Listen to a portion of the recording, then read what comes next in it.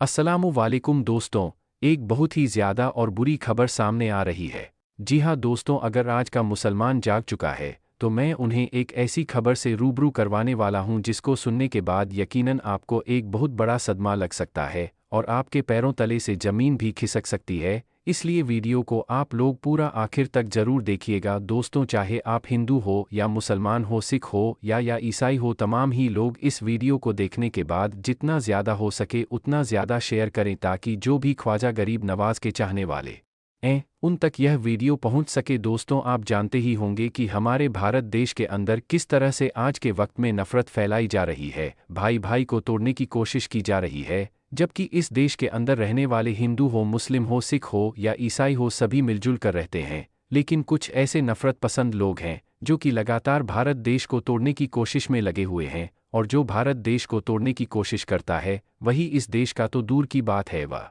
इंसान नहीं हो सकता। जी हाँ दोस्तों, आपको बता देना चाहता हूँ कि लगातार हमने देखा जो भी सरकार के नज़दीक रूप से बनी हुई चीज़ें हैं, चाहे वह मस्जिद हो, दरगाह हो या फिर मदरसा हो, इन तमाम ही चीज़ों के ऊपर लगातार कार्रवाइयों हो रही है और यह सिलसिला लगातार जारी भी है। ऐसे में दोस्तों, आपको बता देना चाहता हूँ कि अब अजमेर दरगाह यानी ख्वाजा गरीब नवाज की बारगाह ख्वाजा हिंद की दरगाह को लेकर भी एक बहुत ही ज़्यादा अफसोस खबर निकल कर आ रही है। नफ़रत पसंद लोग जो हैं वह अब बड़ी बड़ी बारगाह को भी टारगेट करने लगे हैं।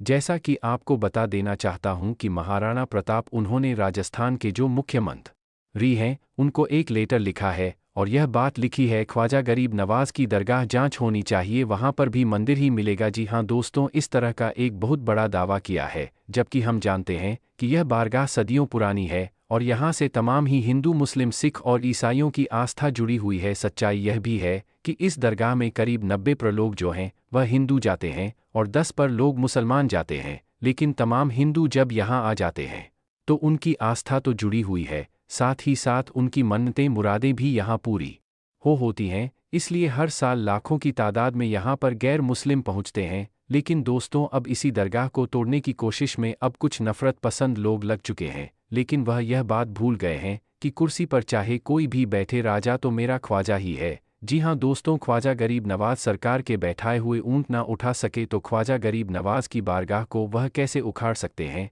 ऐसे में दोस्तों, चाहे लोग कितनी भी नफ़रत फैला ले, चाहे लोग कितनी भी कोशिशें कर ले, लेकिन इस देश को जो समझदार हिंदू हैं या समझदार मुसलमान वह कभी भी ऐसी चीज़ होने नहीं देंगे। यकीनन दोस्तों, ऐसे वक्त में आपको अमनो आमान और भाईचारा बना के रखना है, मोहब्बत का पैगाम देना है, और जो नफ़रत पसंद लोग हैं वह शोहरत के लिए और अपनी सीट को बचाए रखने के लिए यह तमाम चीज़ें कर रहे हैं।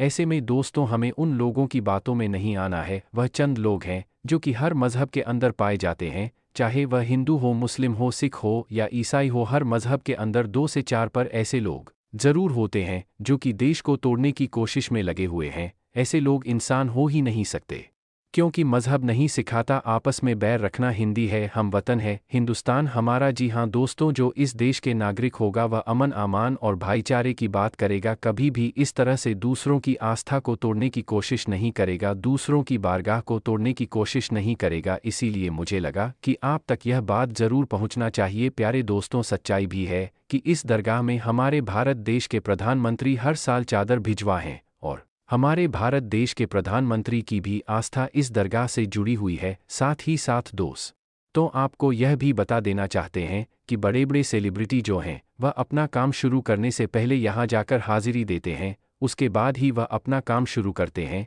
और यकीनन उनको कामयाबी भी मिलती है। मैं आप सभी को यह भी बता देना चाहता हूँ कि सच्चाई यह भी है कि तमाम जितने भी गैर मुस्लिम भाई हैं जो कि अमन पसंद है, जो कि भाईचारा चाह, वह इन बातों को सुनने के बाद यकीनन बहुत ज़्यादा परेशान है कि बताओ किस तरह से नफ़रत फैलाई जा रही है, और यकीनन वह कभी नहीं चाहते कि ख्वाजा गरीब नवाज की दरगाह की इस तरह से जांच हो और इस तरह से वहां पर खुदाई वगैरह हो। लेकिन दोस्तों, अब बड़ी बड़ी बारगाह को टारगेट किया जा रहा है, लेकिन मुसलमानों को यकीनन सब्र करना है। बेशक इन अल्लाह मा साबिरीन, बेशक अल्लाह तबारक व ताला सब्र करने वालों के साथ है। जो नफ़रत पसंद है वह कोशिश करते रहेंगे, लेकिन अगर हम इन बातों पर ध्यान नहीं देंगे तो यकीनन यह लोग खामोश हो जाएंगे। हमें सिर्फ़ और सिर्फ मोहब्बत का पैगाम देना है, किसी भी तरह से उनके बहकावे में नहीं आना।